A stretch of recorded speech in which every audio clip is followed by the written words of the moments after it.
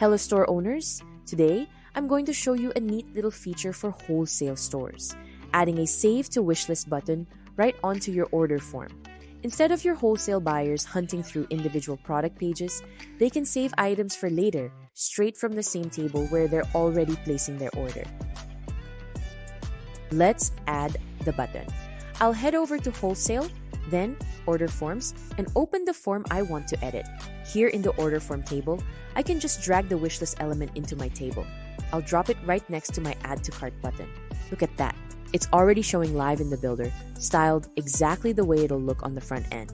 Once I'm happy with the position, I'll click Update to save it.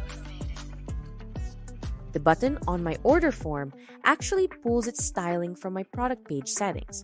So I'll go to Save to Wishlist, then Settings, then Button Placement and Styles, and open the Product Page tab. From here, I can pick a style preset or adjust the colors myself, then click Save Changes. If I want the plugin's own styling to apply, I'll make sure Frontend CSS Loading is set to full or minimal styling. No styling just lets my theme take over instead.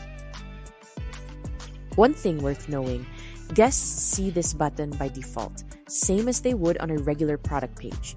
If I've turned on Disable Guest Wishlist in my settings, it hides from logged out visitors on the order form too, so the behavior stays consistent everywhere.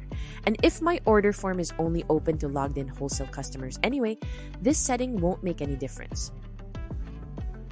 If the wishlist element isn't showing up in the builder at all, the first thing I'd check is that Save to Wishlist Lite is active under plugins, and that my order form plugin is on 3.1.1 or later.